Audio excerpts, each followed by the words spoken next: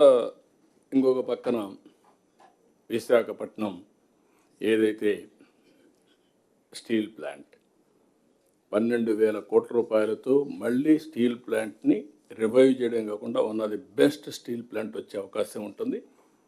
దాన్ని రివైవ్ చేస్తున్నాం. ఆంధ్రుల సెంటిమెంట్, ఎన్నో ఉద్యమాలు జరిగాయి, దాన్ని కాపాడుకున్నాం.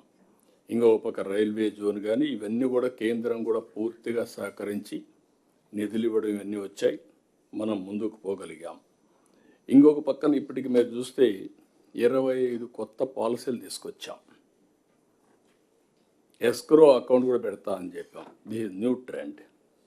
మొన్న అందుకే మనకు వచ్చిన పెట్టుబడుల్లో బ్యాంక్ ఆఫ్ బరోడా అనలైజ్ చేసిన దాని ప్రకారం 25.3% పెట్టుబడులు ఒక రాష్ట్రం ఆంధ్రప్రదేశ్కి వచ్చాయి. ఇది ఒక చరిత్ర. దీనికి మనస్ఫూర్తిగా అభినందిస్తున్న డిపార్ట్మెంట్ని. అంటే పెట్టుబడులకు డెస్టినేషన్గా ఆంధ్రప్రదేశ్ తయారైంది. I'm very happy. I'm thanking all of you. CI submit 15.25 లక్షల కోట్ల పెట్టుబడులు వచ్చాయి. అవన్నీ మెటీరియల్ అయితే 16 లక్షల మందికి ఉద్యోగాలు వస్తాయి. ఇవన్నీ జరగాలంటే ఒక నమ్మకాన్ని క్రియేట్ చేశాం. 14 SIPBలు, 8,74,705 కోట్ల రూపాయల పెట్టుబడులు క్లియర్ చేశాం. దీంతో 8,35,674 ఉద్యోగాలు వస్తాయి.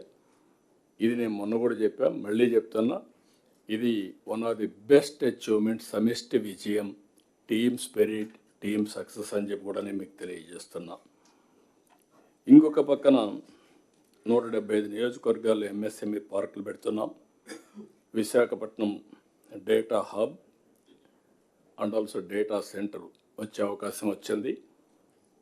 ఆర్థిక సంస్కరణలు వచ్చిన తర్వాత గూగుల్ $15 బిలియన్ ఇండియాలో పెట్టడం, అతిపెద్ద ఇన్వెస్ట్మెంట్ విశాఖపట్నానికి రావడం, మనకు ఒక విధంగా చెప్పాలంటే it is a big achievement, big breakthrough కూడా.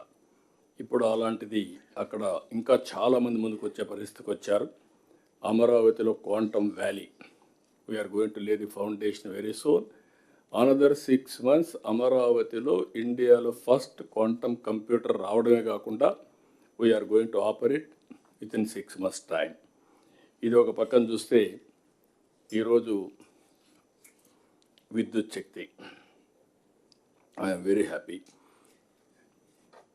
అంత మునుపు 32